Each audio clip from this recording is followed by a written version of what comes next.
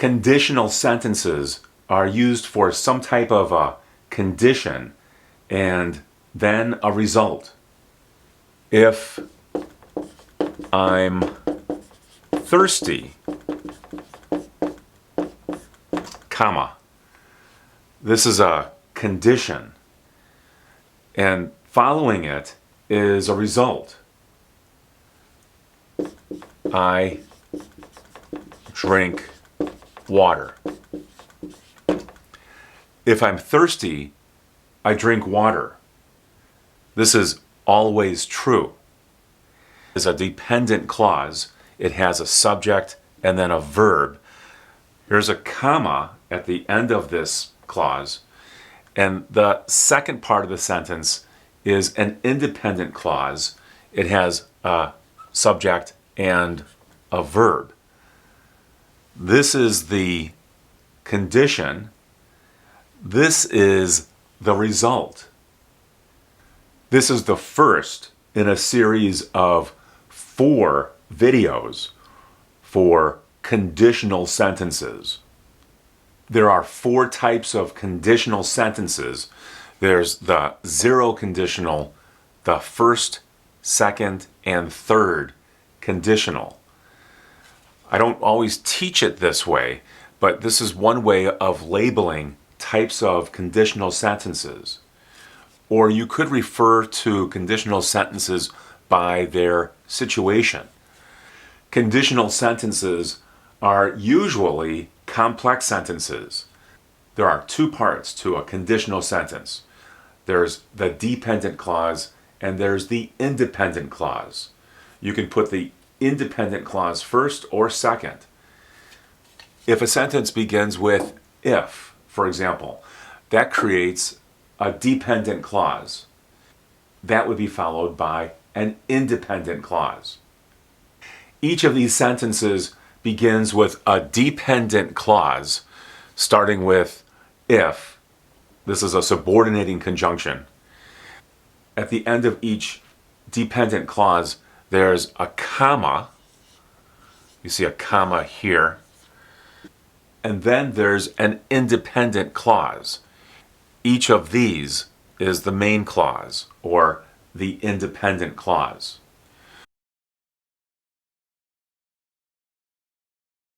The 0 conditional is used for a present situation that's true now. If he eats that, he gets sick. This is in the present tense. This is in the present tense. The 0 conditional is used for real situations that occur in the present at any time. The formula for a sentence that uses the 0 conditional would use if, and that's followed by a verb in the present tense. And then in the next part of the sentence, the verb is in the present tense.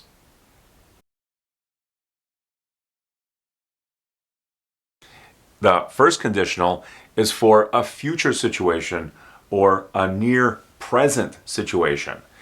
If he eats that, he will get sick. This is in the present tense, and this is in the future using will. But you could use other modal verbs here.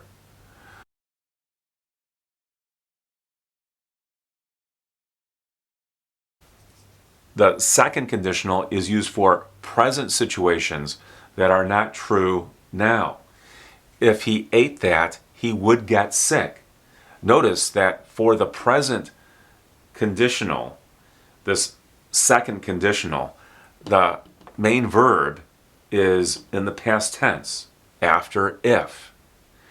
And the second part of the sentence, which is the independent clause, uses would, or another modal verb is possible, and then the main verb.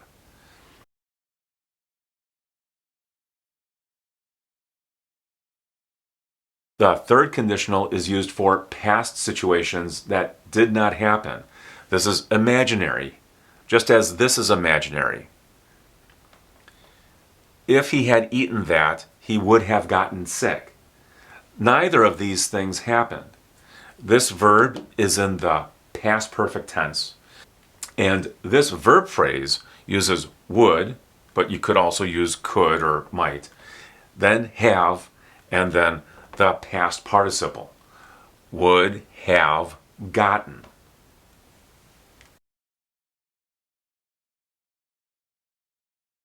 The zero conditional happens for a real situation in the present. This is what always happens, or it's always true. The first conditional is real, and it happens in the future. This is an actual possibility, and this could also happen in the near present. The second conditional is used for unreal situations. These are imaginary situations that happen in the present. The third conditional is for unreal or imaginary situations in the past.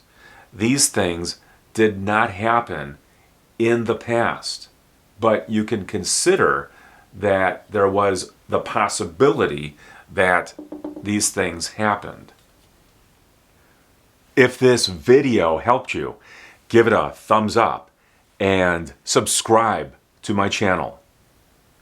You can also go to my website, EnglishForThePlanet.com, for free English lessons.